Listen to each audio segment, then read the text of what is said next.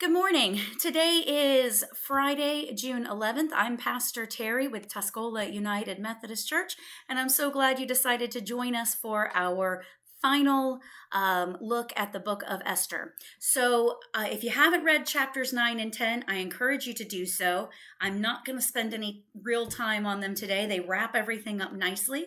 Today, I'm going to almost exclusively talk to you about a study. This is about a 20-year-old study written for the United Methodist Women by Joseph E. Ange, and it's called For Such a Time as This.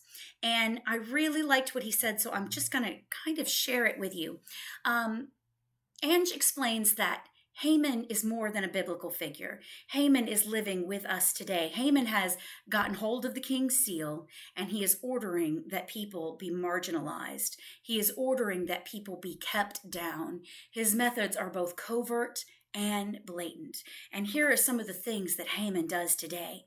Haman tries to convince us that the increased hate violence in our nation is just random acts by youth. Haman tries to convince us that it's legal and good police work to stop drivers because they are Black.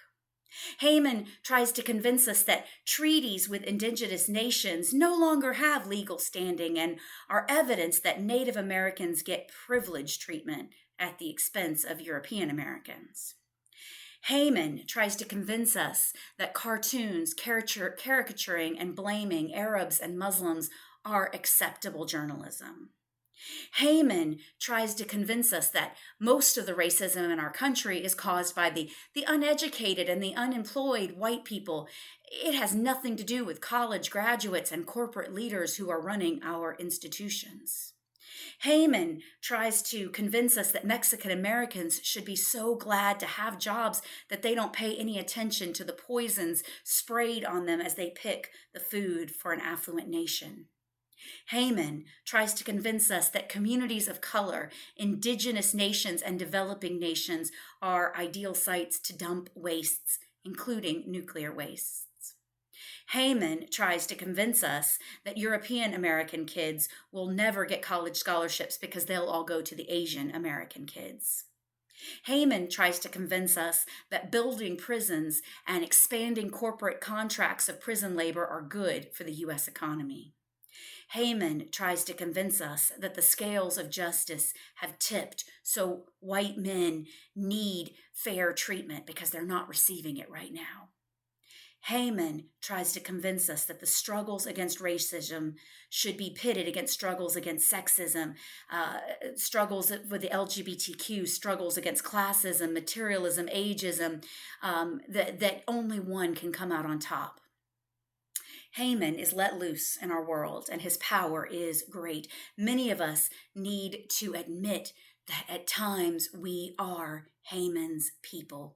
We are carrying out Haman's orders. We're afraid to risk countering his orders. We decide the time is just not right for us to put ourselves out there and risk going toe to toe with Haman. None of us can fight Haman alone. Haman symbolizes the racism of principalities and powers that stand over all of us. We need each other when we resist Haman because Haman is strong. We have to claim this time as the right time to work together against Haman's racism. We have to claim that to be faithful in our time, we need Mordecai's, we need Esther's, we need the unnamed strugglers. We have different roles and we need to be able to trust each other. Every movement for justice needs people like Mordecai who are unwilling to compromise. We're led by those who refuse to bow to any reality but God. We need people like Esther who break the law to get justice done for her people. She risks her life when she is challenged. Many of us find ourselves in the midst of institutional privilege and entitlement. This is how we've grown up. We've never known anything differently. We often hide our commitments. We hide our identities. We hide our connections to the oppressed people. We pray that when a moment, such a time as this, the moment like Esther had, we pray that when that comes, we will be faithful. Like Esther and Mordecai, though, to stay faithful, we have to stay in touch with the people who are outside of the palace if we are to be accountable to God. When we become isolated in the palace, it is impossible for us to keep faithful to our commitments. The struggle against Haman was not just the family affair of Mordecai and Esther. Haman had sealed an order that all Jews were to be killed. Later, the king countered that they could fight back, but even the king could not claim the power to revoke the first order, an order that has set the powerful, destructive forces of his kingdom into motion, perhaps beyond his own ability to control. In local churches, villages, neighborhoods, annual conferences, local United Methodist women's groups, we are working towards racism. We are working to end racism. We are sometimes the unnamed strugglers who work day to day trying to bring this to the light. There's one more person that we haven't focused much on, and that's Vashti. She reminds us that we're not the first person to work towards oppression. We're always on someone else's shoulders. When we know our history, we will learn how to be faithful from our foremothers and our forefathers. The king ordered Vashti to come to him, and she refused. She broke the law, and she paid for it. Some of us are Vashti. Some of us are Esther, some Mordecai, some the unnamed strugglers, some Haman, and some the king. I've been asking you to try to identify with different people over the past few days, but I think the reality is this. On various occasions, we change roles.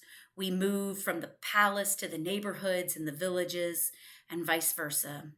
But wherever we find ourselves, we are here for such a time as this. To be faithful anti-racists, we must understand and affirm the gifts that each of us brings to the places where we are. When we're isolated, Haman wins.